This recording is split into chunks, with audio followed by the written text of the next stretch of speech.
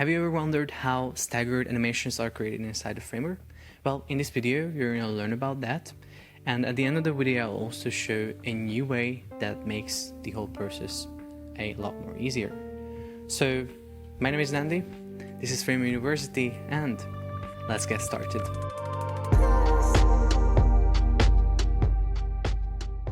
So here we have a Framer project. As you can see, it's just a simple hero. It's it has a little text, a button, and text, more text on the top. So and it also has a little CMS here if we click start learning. So I'm going to show you two ways of creating these staggered animations. The first way is going to be right here on this home screen, and then the other way will be on this CMS page. Okay, so let's start with the home page, and maybe at the end, if I'm in the mood, I'll also show you the third way, but maybe not, I don't know. So the way we can do a staggered animation is really simple. We just select all the elements that we want to kind of like animate. So in this case, it's gonna be this stack on the top, this little text in the middle, and the button here. So as you can see on the left layers panels as well, that stack, the text, and the button is, all of them are selected. So I'll just now go into the right panel and click Effects, and then hit Appear. So now with this, I have added an Appear effect to all of these elements, and I can define how this plays out. So where are they coming in from? So they're coming in from 0 opacity, and maybe to make it a little bit more interesting, I'm going to also animate them in from the bottom, and then maybe 0.3, 0 bounce, and I'll get a nice little animation. As you can see, if I reload, all of them come in, but it's a little bit boring because all of them come in at the same time, and this is when we start staggering animations, which basically means that first place, and then the second, and then the third place, with a little stagger, but little delay between them. So the way we can do that is now we can just select the first element, click the little appear effect on the right, and then start editing the transition. So I'm going to just set delay to 0.1, and then while this is selected here, I go and navigate to the text layer, select it, and then I will basically just override the delay value here to 0.15, let's say. I'll select the button and override the value to 0.2. So now I just selected all of the layers, and I just overridden all the delay values to higher and higher values. So in theory, now if I play this, as you can see, the animation is now staggered and it doesn't play at the same time, which is a much nicer effect in my opinion. And this is cool, but when we wanted to add this sort of effect to our CMS items, such as a little, blog post or project cards or whatever, anything that is connected to CMS, it wasn't really possible inside of Framer up until today. But now Framer has a new property for these appear effects when we want to add it to CMS collections. Because what you have to understand is that when you have a CMS collection frame, you actually define all of the items by just creating one frame. Maybe it's just a component or whatever. In this case, it's a component. You can see on the left layers panel. And if I change the opacity of this card, all of the elements that are duplicated based on my CMS collection will have that sort of change. And it was a little bit hard, because if I added an appear effect to this, let's say I go to the right panel, click appear, I'm going to set up the same way. So transition 0.3, bounce 0.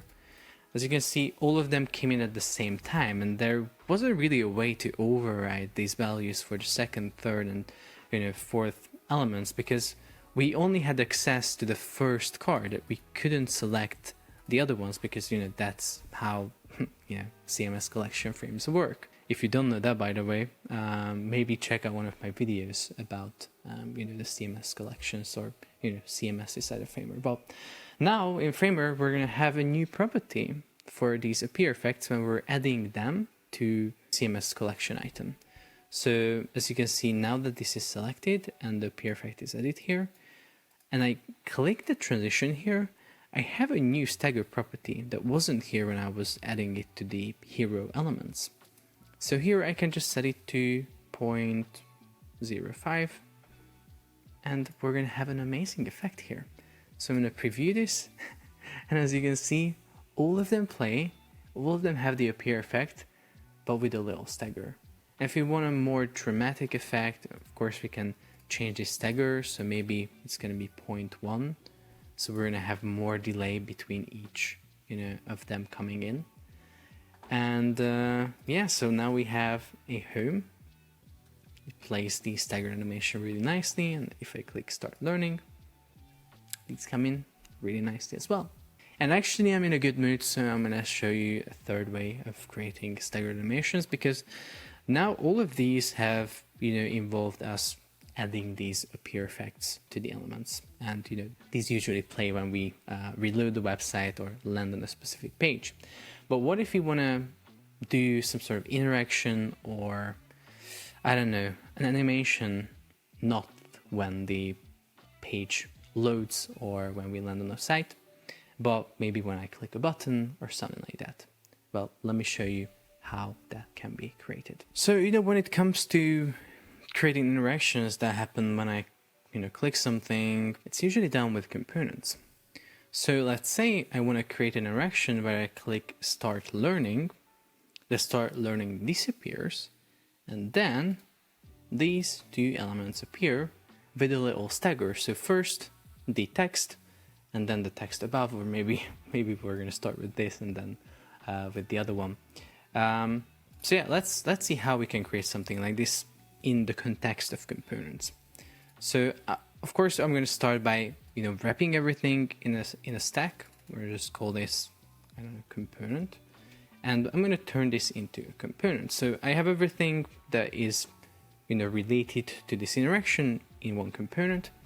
So I can create two variants. This is going to be the start variant, and then I can create a new variant which is going to be called the show, where I show that those additional elements. So I'm going to hide the start learning by setting its opacity to 0. And then I am going to actually do something a little bit more of an interesting effect. I'm not only going to change the opacity of these elements from 0 to 1, but I'm also going to animate them in. So in order to do that, what I'm going to do is I'm going to set their position to absolute. And that doesn't look really great, but we can fix that hopefully really easily. I'll just have to mess around with this a little bit. Okay, so sorry. Okay, now I can just move them down a little bit. So maybe 1, 2, 1, 2, and now I'm gonna hide them. So this is where they're gonna be coming in from, and then here on the show, we're just gonna show them opacity set to 1, and then on this as well, opacity set to 1, and then we're setting them back to their position, where they actually should be. Bam bam, perfect. So now we have two variants, and it's gonna be a nice animation in theory when we click the start learning and we transition to the show. But let's actually see it. So to create the interaction, I can select the button itself. I can connect to show. So it's going to happen on click. When I click the button, we will transition to that variant. So yeah, let's kind of see how it plays out. We can just change the animation here. Maybe the bounce will be 0. And yeah, let's just preview this. As you can see, we have this. It's just basically, yeah, again, it's a nice effect, but everything plays at the same time. We don't really have a stagger. So how can we create this in the context of components? It's really simple. We just select the elements, again, that we want to stagger. So first of all, we want to do it on this stack, which wraps the logo and the text. And we also want to do it on this little text layer, right? So what I'm going to do is I'm going to select them, and then on the right panel, I'm going to go to styles. I'm going to add transition to them. With this, I can override the regular transition So instead of having 0.4 and 0 bounce, I'm actually going to have 0.4 and 0 bounce, but we're going to also introduce a delay. So the delay will be 0.1, and then now I added 0.1 delay to both of them, but now I'm going to just select only the larger text and override this value to 0.2. Okay, and that's basically it. Now the main variant will keep the 0.40 bounce, so everything will be animated with this kind of like transition setting. However, since I added the transition override to this text right here, you can also see it on the right panel. Transition has a little purple color, meaning it has an override on this variant. It has 0.2 delay here, and then the Framer University text and the logo has 0.1 delay. So let's see if it actually works. Click here, and it seems like it's still connected. That's actually really weird that it's still linked. I don't know why. So let me just make sure that wait, why is it? Oh, okay. I just have to remove the link on the right panel, of course. So let's preview this again. I start learning, and these appear with a little stagger. Absolutely amazing, lovely. As you can see, it just looks really cool. And you know, like as you add stagger, everything starts looking like professional. I don't know, maybe it's just me, but this looks much better than, you know, the previous where both of them appeared at the same time.